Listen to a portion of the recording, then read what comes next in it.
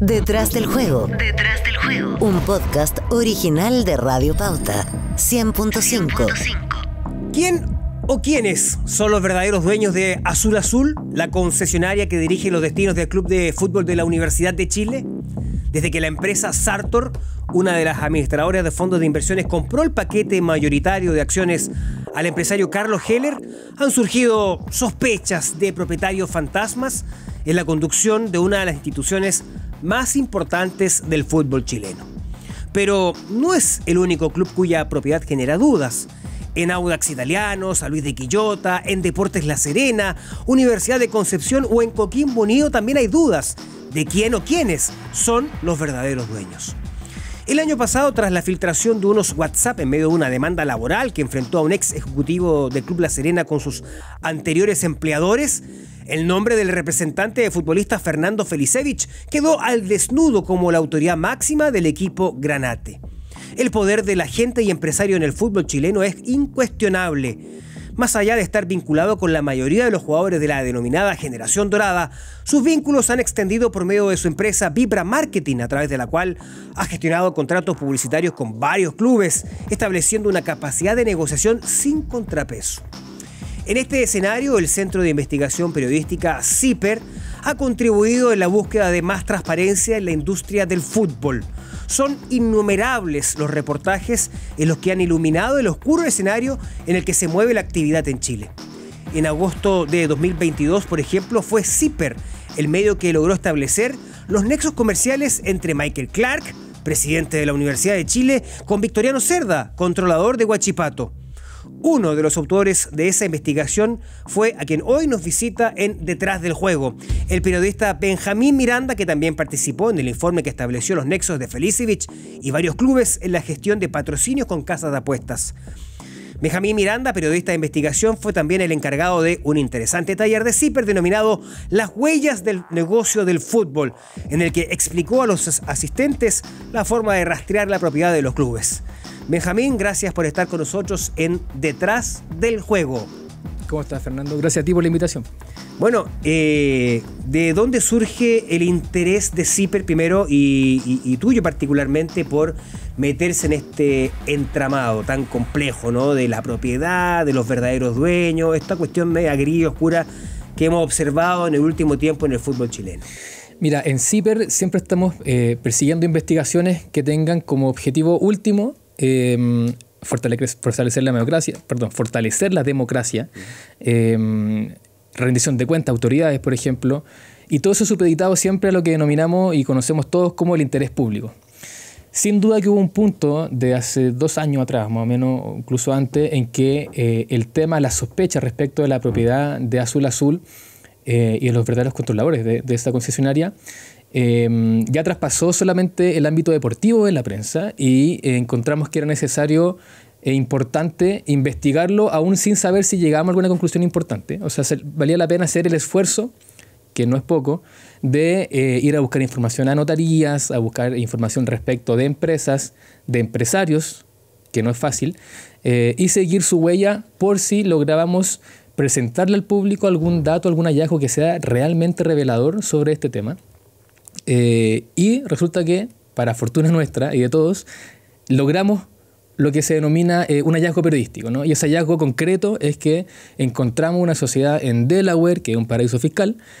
Estados Unidos. Estados Unidos, exactamente. Okay. ¿Qué encontraron allí? Encontramos una sociedad que se llama RBX, con B corta, Asset Management. Una empresa. Una empresa. Okay. En la que participa y son socios la familia Kivlisky, 3 miembros de la familia Kivlisky, no Patricio, 2 de sus hermanos y un primo. Ok, perdón. Kivlisky, familia vinculada a la propiedad de Ñublense hasta hace... Muy poco. Muy poco, no. Okay. Y Victoriano Cerda. El actual controlador de Huachipato. O sea, en el fondo ustedes establecen una alianza comercial, económica, empresarial entre 2 dirigentes, o sea, 2 familias vinculadas estrechamente con el fútbol chileno. Un vínculo directo, porque hasta ese momento la prensa deportiva ya había cubierto las relaciones respecto, por ejemplo, volviendo a Azul Azul, ¿no? Michael Clark, que hace poquito había presentado la oferta pública a través de Sartor, con la cual se compran o se quedan con el paquete accionario de Carlos Heller en Azul Azul. con Cerda, ¿no? Se había hablado de una empresa particular de Michael Clark que no es Sartor, que se llama Redwood, que había prestado servicios a Ñublense, por ejemplo, y a empresas vinculadas a Victoriano Cerda, pero hasta que encontramos esta sociedad o esta empresa en Delaware llamada RBX, no se había establecido ningún vínculo directo entre la familia Kivlisky y Victoriano Cerda. Ese fue el principal hallazgo de nuestra investigación y que de alguna forma empieza a calzar ciertas piezas del puzzle que representaba Azul Azul, ¿no? Que por un lado estaba Michael Clark, por otro estaba Cerda, y en ese momento se hablaba mucho también de Fernando Felicevich, que tenía claro, exacto, el representante de futbolistas. Algún rol dentro de la propiedad del equipo, ¿no? Con el tiempo se han ido disipando las dudas y las críticas, lo conversamos antes, ¿no? Respecto del opaco manejo de Azul Azul en función de los buenos resultados de este año, ¿no? Pero un tema que sigue vigente y que yo creo que sigue siendo un caldo de cultivo muy interesante para investigar. O sea, esa investigación no se va a agotar hasta que Sartor decida vender sus acciones. Esa es mi impresión al menos. Benjamín, a ver, para que la gente que le cuesta un poco digerir un poco estos datos, las empresas. No es fácil. Lo macro es que CIPER en su momento, estamos hablando de una investigación de hace 2 años ya, establece una relación comercial económica entre Victoriano Cerda, el controlador de Huachipato, con la familia Kliminski, que hasta hace muy poco era la controladora de Ñublense de Chillán. O sea, hay un vínculo comercial. Pero además aparece entre medio Michael Clark, que es el actual presidente de la Universidad de Chile, a través de su empresa, Redwood, que asimismo fue, digamos, tuvo relaciones comerciales con Ñublense. Con Ñublense. O sea, claro, con Kivlisky a través de Ñublense específicamente. Son 2 operaciones y le prestó asesorías comerciales, económicas, que es lo que hace la empresa Redwood, que es más chica que Sartor, es como lo que se denomina una empresa boutique dentro del rubro. Y también con el propio Kivlisky a través de Cellcorp, que es una empresa que externaliza servicios de tecnología, ¿no? Pero que también pertenece a Patricio Kivlisky. Entonces, en el momento en que hacemos esta investigación, nos dimos cuenta que cuando uno quiere investigar temas como este, que involucran a personajes como estos, tú no puedes solamente mirar lo que ocurre en lo que está limitado al deporte, en este caso al fútbol. O sea, si tú para comprender, para investigar quién es el dueño de Azul Azul, ya que está instalada la sospecha, no puedes quedarte solamente con lo que está ocurriendo en ese negocio. Y nos dimos cuenta que en paralelo a cuando Carlos Heller estaba vendiendo su paquete accionario Azul Azul, también estaba enfrentando otro proceso que era vender las acciones de Colmena, ¿no? Una ISAPRE. Perdón, ahí hay un tema interesante que tiene que ver con la línea de tiempo de los negocios. Muy interesante, sí, porque precisamente enfrenta esas 2 negociaciones al mismo tiempo. Y las sella al mismo tiempo, a comienzo del 2021. Es decir, en abril de 2021, él vende sus acciones de Azul Azul y de Colmena. Las de Azul Azul las vende formalmente al grupo Sartor, ¿cierto? Con Michael Clark a la cabeza, como la cara más visible del grupo. Y las acciones de Colmena las vende a un grupo económico norteamericano que se llama Nexus Partners, ¿ya? Okay, la particularidad, es que Nexus le compró otra ISAPRE antes a Victoriano Cerda. Entonces ahí aparece el nombre del dueño de Huachipato por el costado, ¿no? Algo me iba a decir, no sé si era... No, yo digo que es una tremenda coincidencia, al menos de nombre, y la línea de tiempo llama poderosamente la atención. O sea, en el fondo, Heller al mismo tiempo vende sus acciones de Azul Azul y las acciones de Colmena, y a Azul Azul se las vende a Sartor, a Michael Clark, las de Colmena a esta empresa norteamericana que tiene vínculos comerciales con Victoriano Cerda. Hay que recordar que Victoriano Cerda es un empresario del fútbol. O sea, él proviene del mundo de la ISAPRE. Él fue propietario de la ISAPRE Óptima, que en 2017 pasa a ser controlada por Más Vida. Y en ese proceso es donde se conocen, según lo que nos dijeron los dueños de Nexus, que son los compradores de Colmena, con precisamente Victoriano Cerda. Y esa relación permanece en el tiempo. Y si uno empieza a seguir esa línea de tiempo, uno se da cuenta, por ejemplo, que la primera noticia que surge respecto a la venta de acciones de Carlos Heller, de Azul Azul, surge a mediados de agosto del 2020. ¿Ya? Es una oferta que, según lo que ventiló la prensa, presenta a Michael Clark en nombre de un cliente que no se conoce, ¿no? Y finalmente, en septiembre de ese año, el 2020, Carlos Heller, de nuevo según la versión pública que se maneja... No, con declaraciones periodísticas de él. Exacto, decide no vender sus acciones porque no conocía al verdadero dueño de esa oferta y temía que fuera precisamente Patricio Kivlisky. O sea, el nombre ya estaba puesto sobre la mesa. Instalado. Exacto. Lo que dicen las fuentes es que en realidad esa transacción no se llevó a cabo por una diferencia de precio, ¿eh? no por una preocupación. O sea, básicamente es lo que inclinó la balanza en ese instante por la 90, digamos. Exacto. Y ahí hay un dato muy interesante, Fernando, que viene en el reportaje de CIPER, que es de agosto del 2020, está de aniversario ahora, que en esta sociedad que descubrimos en Delaware, RBX Asset Management, Victoriano Cerda figura como controlador desde agosto del 2020. A través de una empresa que se llama Nike, igual que la marca LLC, constituida también en Estados Unidos, que también se creó en agosto del 2020. Entonces son fechas... circunstancialmente justo en la misma línea de tiempo. Exacto. De toda la operación. Y de hecho el reportaje lo hice con toda su letra. Y aunque genere suspicacia o sospecha que Cerda haya entrado a RBX en Delaware, justo en la fecha en que Carlos Heller recibe la primera oferta por la paquete azul, no encontramos ningún documento, y eso hay que remarcarlo. En el papel no existe ninguna prueba, al menos que hayamos revisado nosotros, que compruebe que Victoriano Cerda o Felicevich o Kivliski esté dentro de la propiedad azul. Ya, pero espérate. Tú me lo decías fuera de micrófono, fuera de esta grabación, que es importante también que la gente lo entienda, porque quien controla la Universidad de Chile es un fondo de inversión privado. Exactamente. Y ahora ahí hay dificultades para encontrar siempre el controlador final de un fondo de inversión privado. Es muy difícil. Cuando Sartor se hace con el paquete accionario de Carlos Heller, ellos deciden administrar Azul a través de un fondo de inversión privado que es lo que conocemos como FIP, ¿no? En este caso el FIP Tactical Sport. Claro. Sartor es una empresa que maneja muchos fondos de inversiones privados y no privados también. Pero la particularidad de los privados es que no están sujetos a la fiscalización de la Comisión para Mercado Financiero, ex Superintendencia de Banco, SBS, ¿no? Claro. Y eso ya limita un montón el control o la fiscalización que puede tener uno, no solo como periodista, sino como, digamos, ciudadano de cualquier fondo de inversión privado, no solamente respecto de Azul. Y es muy, muy difícil poder, en este caso, llegar al controlador final o a los aportantes del fondo, ¿no? Los fondos se constituyen por aportantes. Ese es como el concepto técnico que hay que tener en cuenta en esta conversación. El mecanismo para poder investigar los fondos de inversión privados es el siguiente. Como son grupos que se dedican a muchos negocios, a muchas actividades comerciales distintas, generalmente trabajan con 1 o 2, máximo 3 notarías, ¿ya?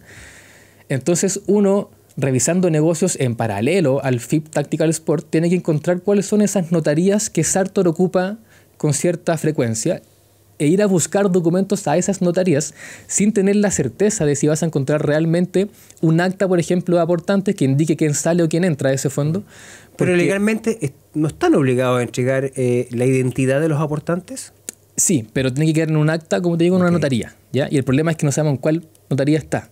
O sea, esa información puede estar abierta eventualmente. O sea, no es una información reservada, no puede estar reservada, es pública, el tema es dónde, cómo encontrarla. Y eso es muy difícil. Es muy complicado. Y lo que te explicaba fuera de micrófono, ¿no? También es complicado para un medio destinar, no sé, 1 mes o 3 semanas de investigación a 1 o 2 periodistas para que estén solamente paseándose en notaría buscando un documento sin tener la certeza de si efectivamente esa inversión de tiempo y de recursos va a surgir algún efecto. En CIPER hemos hecho esa inversión muchas veces, no con temas relacionados al fútbol, sino de empresarios, pero por eso es importante tener en cuenta que aquí estamos hablando de empresarios ligados al fútbol. Entonces es una dinámica muy distinta a los otros controladores de equipos de fútbol. Y surge en efecto. En este caso lo intentamos, lo hicimos y no encontramos ni un documento, y eso es lo que hizo el reportaje de CIPER. Claro, y en eso se basa Victoriano Cerda, mismo Michael Clark, para decir que aquí está todo transparente, que no hay nada, digamos, oscuro, pero evidentemente que hay otras cuestiones y otros datos que te van indicando que probablemente hay algo más. O sea, hay muchos actores protagonistas que han dicho incluso que el poder de Victoriano Cerda es tremendo en la decisión o la toma de decisiones de la Universidad de Chile. Hicieron el ejercicio, me imagino, ¿no? de tratar de hablar con Michael Clark, con Victoriano Cerda, con Kliminski. ¿Cómo les fue en esa faena? Ninguno quiso hablar. No, ninguno quiso hablar. Los 3 fueron contactados, ninguno, como te digo, quiso participar del reportaje. Sí, Victoriano, después de la publicación, creo que por Twitter, ahora X, dijo como, qué bueno que CIPER comprobó lo que yo siempre he dicho, que yo no tengo nada que ver con la U, exacto. Exacto. Esa fue su reacción. Como dices tú, Fernando, cuando uno investiga estos temas, tú lo sabes mejor que yo, y se junta con fuentes y que bajo la reserva de su identidad te pueden pasar información incluso de contexto, ¿no? Datos precisos respecto de los temas, te dicen que acá, o sea, la certeza es tanta que dicen no me queda ninguna duda que Cerda está en azul, pero a nosotros como investigación periodística, como CIPER, no nos basta solamente con la duda, po. Tenemos que tener la certeza. Y esa certeza se encuentra en documentos, no en testimonios. Y eso es lo que no tenemos en este tema. Ahora, todo es medio extraño, ¿no es cierto? Una relación comercial en un paraíso fiscal en Estados Unidos, en Delaware, este negocio que no conocíamos, la relación entre Klivinsky y Victoriano Cerda, que tampoco conocíamos, lo conocimos gracias a CIPER. La línea de tiempo a mí me parece muy interesante, o sea, que todos estos negocios, que Victoriano Cerda se haya hecho socio de Klivinsky justo en tiempo en que le compra acciones a Heller, y Heller está vendiendo las acciones en Azul Azul. Entonces, es todo como que calza, ¿no? Y en Colmena con los ex socios de Cerda, que es este grupo que se llama Nexus. Que es como un temita un poco más árido porque se aleja de la pelota, pero es parte súper importante de esta, llamémosla trama, no categorizándola como algo ilícito, sino trama como tema, ¿no? Como trenza de negocios. O sea, el grupo Nexus acá juega un rol muy importante porque aparece por Heller comprando las acciones de Colmena y aparece vinculado a Cerda a través de la ISAPRE Nueva Más Vida. Estás escuchando un podcast original de Radio Pauta 100.5. Benjamín, ¿tú crees que en algún momento vamos a conocer la verdad respecto de la propiedad de Azul Azul? Yo soy un convencido que siempre se conoce la verdad de todo, inevitablemente en algún momento, ¿ya? No sé cuándo. Como decíamos recién, estos temas pierden el interés de la ciudadanía y de la audiencia por cuando el equipo le da bien, por ejemplo.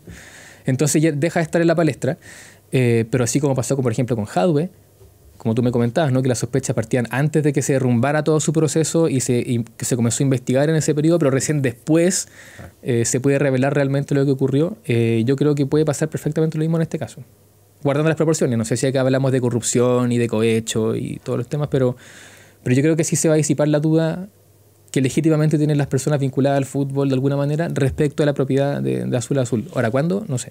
Otro de los aspectos que ustedes han abordado muy profundamente tiene que ver con el poder que ha establecido a través de las negociaciones, de sus representados, de sus vínculos con clubes, de Fernando Felicevich, y particularmente con la gestión de muchos contratos de marketing, ¿no es cierto?, que también implica, digamos, una influencia bastante importante en diferentes clubes. Sí, ahí lo que revelamos a través de un reportaje que fue una investigación originada en un curso de investigación de la Universidad Diego Portales, hay que decirlo, los autores originales del tema son estudiantes de periodismo del curso de Alberto Orellano, que estuvo acá, creo, hablando de su libro. Claro, ¿sí? Tal cual. Y ellos encontraron que la empresa Vibra Marketing, que es una empresa que pertenece a Fernando Felicevich, que es distinta a la que representa jugadores de fútbol. Que es Vibra Fútbol. Exactamente. Y que tiene un montón de contratos con entidades, incluso públicas. Hablo de Vibra Marketing.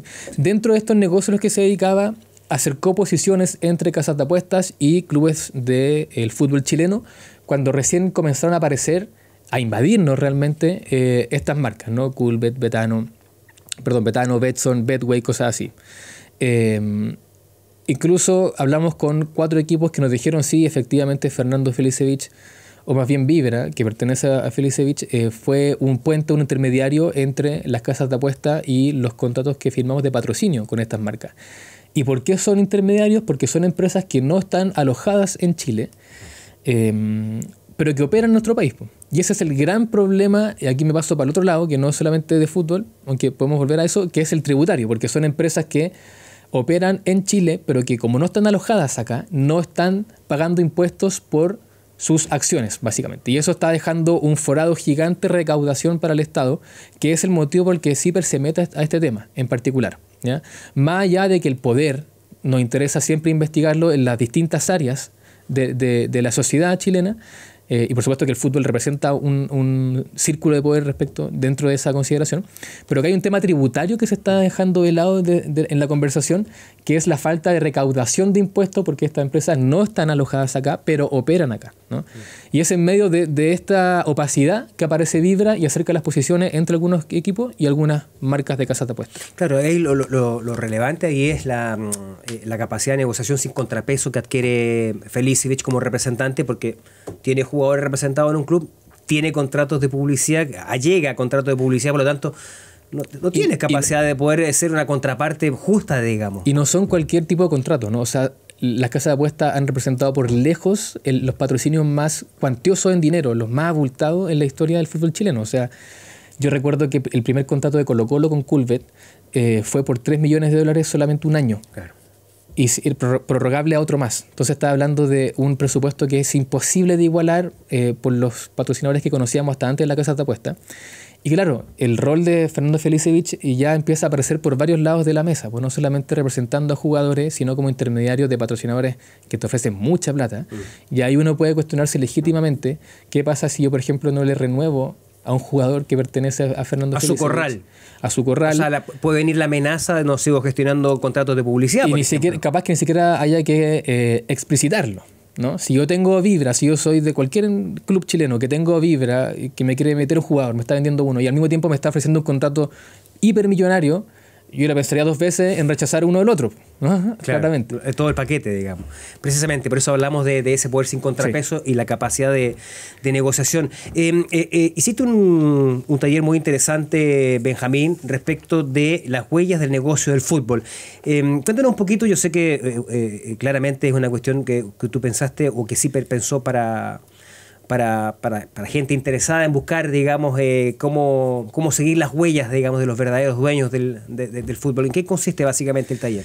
Ese taller, bueno, consistió en aprender a manejar distintas bases de datos abiertas, públicas, que cualquier persona puede consultar para investigar la propiedad de los equipos de fútbol chilenos y de las casas de apuestas, ¿ya? Y en el caso de las casas de apuestas ya tuvimos que aplicar herramientas extranjeras, porque como decía recién, son marcas, empresas que están alojadas no solamente afuera de Chile, sino en paraísos fiscales, que tienen un registro de empresas súper opaco, que es bien difícil de investigar el controlador final. De hecho, en muchas de ellas no conocemos quiénes son los dueños finales, solamente los intermediarios.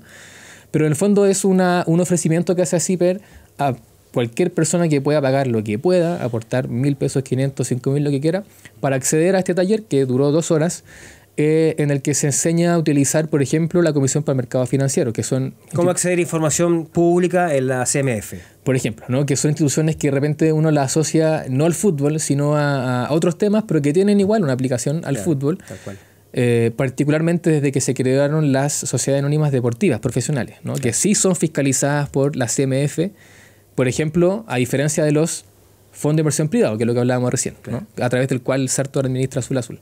Pero ahí está Cruzados, está Melipilla, hay un montón de equipos que están ahí. También a utilizar el diario oficial, que es una herramienta donde se registra la propiedad de las empresas, básicamente quiénes son sus socios, su capital, cuándo se constituyó. Ahí tiene que quedar registrado si son sociedades limitadas, por ejemplo, cuándo sale un socio, cuándo entra un socio, qué inyección de capital se le hace a una empresa. Entonces, todos esos movimientos que los periodistas no conocíamos hasta hace mucho tiempo, hasta hace poquito tiempo atrás, encontramos que tienen un uso periodístico y además un uso a la industria, llamémoslo así, del fútbol, ¿no? Que en el fondo es un taller donde tú de alguna manera les enseñas a buscar información pública. Tal cual. Digamos, ahora todo está digitalizado o muchas cosas están digitalizadas, sí, eso te facilita un poco la búsqueda. Antes era complejo. Uno se pregunta cómo habrán hecho estos temas. Claro, exacto. O no sé. Benjamín,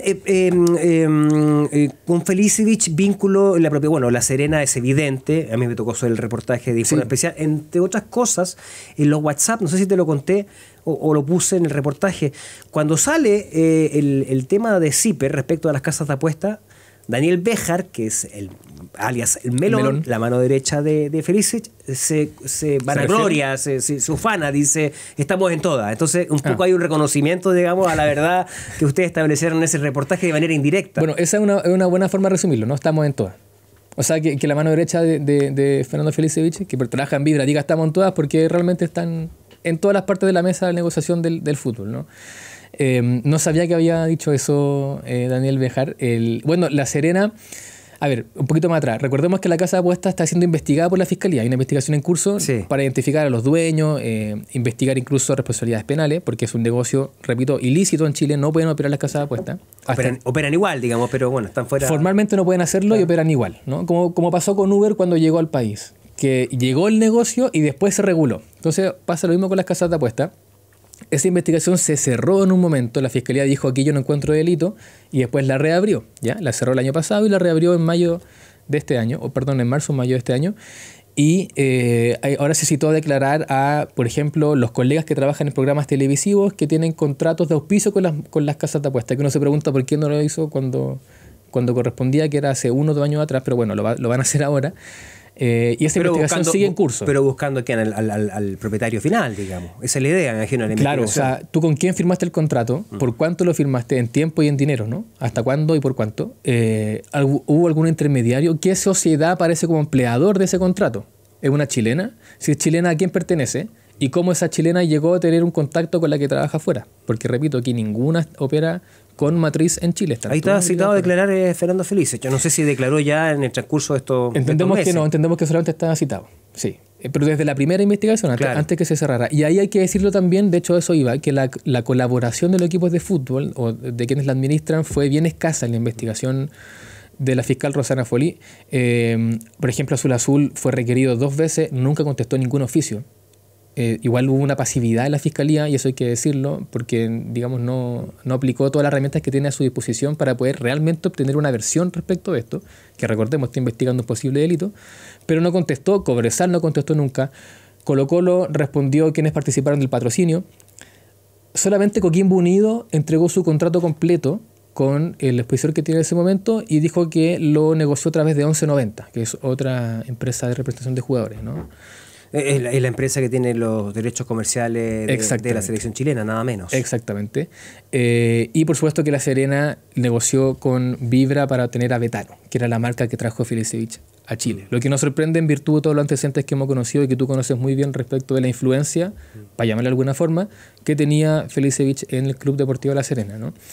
Y en Audax, esto sé que le va a interesar al público del podcast, si es que escuchó el capítulo de Juan Cristóbal Guarelo, en Audax se transparentan solamente quienes participan del acuerdo que firman, y ahí aparece Javier Gassman como firmante por el club de Audax italiano, que también es un nombre que está súper involucrado en el abogado de Felicevich en La Serena, claramente. Claro, y lo menciono porque en el otro capítulo se hablaba de cómo Vibra o Felicevich tenía nombres en varios clubes, ¿no? Y uno no tenía a Audax como parte del corral de Fernando Felicevich, pero aparece el abogado. Claro. Ya que aparece firmando el contrato con la casa de apuestas. Entonces, son como datitos que quedaron sueltos en la investigación de la Fiscalía. Perdón, abogado también de Azul Azul, de varios clubes, pero que llegó en esa posición una vez que asumió Sartor. Tal cual. Por ejemplo. Exacto. De Felicevich, vínculos con la Universidad de Chile, en la propiedad no encontraron nada. Ninguno. No han encontrado jamás alguna información al respecto. No, nada. De hecho, el reportaje de RBX también lo hice. Aquí no se encontró ningún documento ni de Cerda, ni Kiblisky, ni Felicevich. Sí, claro, pero ahí uno puede especular un poquito más, digamos, porque hay, insisto, el tema de la línea de tiempo y de los negocios asociados. Comienza a generar, digamos, un cuadro general, pero porque también se ha dicho, y tú lo decías en un momento en esta entrevista, de la participación de Felicevich en la propiedad de Azul Azul. De eso no hay datos concretos. No, ninguno. Y yo realmente me pregunto, como periodista, no sé si a él es parte de su negocio de interés tener la propiedad de un equipo. Bueno, en La Serena efectivamente tiene, digamos. Claro, pero maneja totalmente a su antojo ese club. Que es lo que se reveló a través de los WhatsApps que publicó Radio Bio Bio y tú conoces muy bien. Pero él, si ya tiene a los patrocinadores como intermediario, ya tiene a los jugadores, que son, digamos, el activo principal de los equipos de fútbol. Yo me cuestiono, y le doy una pregunta abierta, no sé si realmente su negocio es ser dueño de un equipo como la U, por ejemplo. No lo sé. No sé si su influencia busca ejercerla a través de ese canal. La respuesta, te la doy de inmediato para que no quede la duda. La respuesta es que ningún particular ni una empresa puede ser propietaria de los derechos federativos o los pases de los jugadores. Necesitas un club federado. Entonces, ¿qué es lo que hacen los representantes de futbolistas? Compran clubes a bajo precio de tal manera de tener la vitrina. Eso es. Exacto. Esa es la razón por la cual los representantes están echando de la propiedad de los clubes. Yo entiendo que no es negocio. En el macro, uno ve los números nomás, a propósito de la CMF, la mayoría son deficitarios. Pero el negocio, el representante es otro. Y ahí la pregunta es cómo entran, ¿no? Y es ahí donde, en el caso de Azul Azul, no encontramos absolutamente ninguna prueba respecto de Fernando Felicevich. O sea, si entró por otra vía... Pero sería una buena vitrina, convengamos, ¿no? Convengamos que sería una muy buena vitrina en el caso de. Ha sido muy interesante esta conversación. Te quiero agradecer, Benjamín, que hayas estado hoy detrás del juego.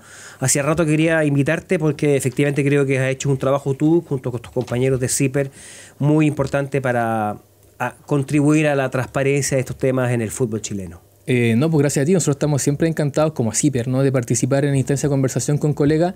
Solamente hacer un pequeño recuerdo a quienes nos escuchan, que CIPER es un medio que se financia principalmente gracias al aporte de personas que nos entregan una cifra de dinero que ellos eligen mensualmente, y eso asegura nuestra independencia y que sigamos funcionando como un medio de investigación, ¿no? Entonces, a quienes se quieran sumar a esta comunidad de socios, que se llama así, pueden hacerlo en ciperchile.cl/socios. Me quedó una pregunta en el tintero a propósito, y rápidamente, antes que se nos acabe el tiempo. ¿Han encontrado algún vínculo? Porque ustedes han golpeado, digamos, en el último tiempo varias veces, pero el caso Hermosilla es muy potente, está en plena vigencia. Fue miembro del Tribunal de Honor de la NFP durante 10 años. ¿Hay algo ahí con el fútbol o no? ¿O está...? Mira, lo que se sabe de Hermosilla es lo que se ha publicado. Nada más. Entonces, si no ha salido es porque no se ha conocido nada de eso. Y es una investigación que está bajo una reserva, pero máxima y o sea, si hubiese algo tampoco me lo diría, y me da la sensación. Si hubiese algo y no está publicado, no lo diría. Pero lo que se sabe es solamente lo que se ha publicado. Entonces, hasta ahora, dicho de otra forma, no se han encontrado vínculos entre Hermosilla y la NFP, más allá del vínculo formal. Aclarada la duda. Una vez más, gracias, Benjamín, por haber estado en Detrás del Juego.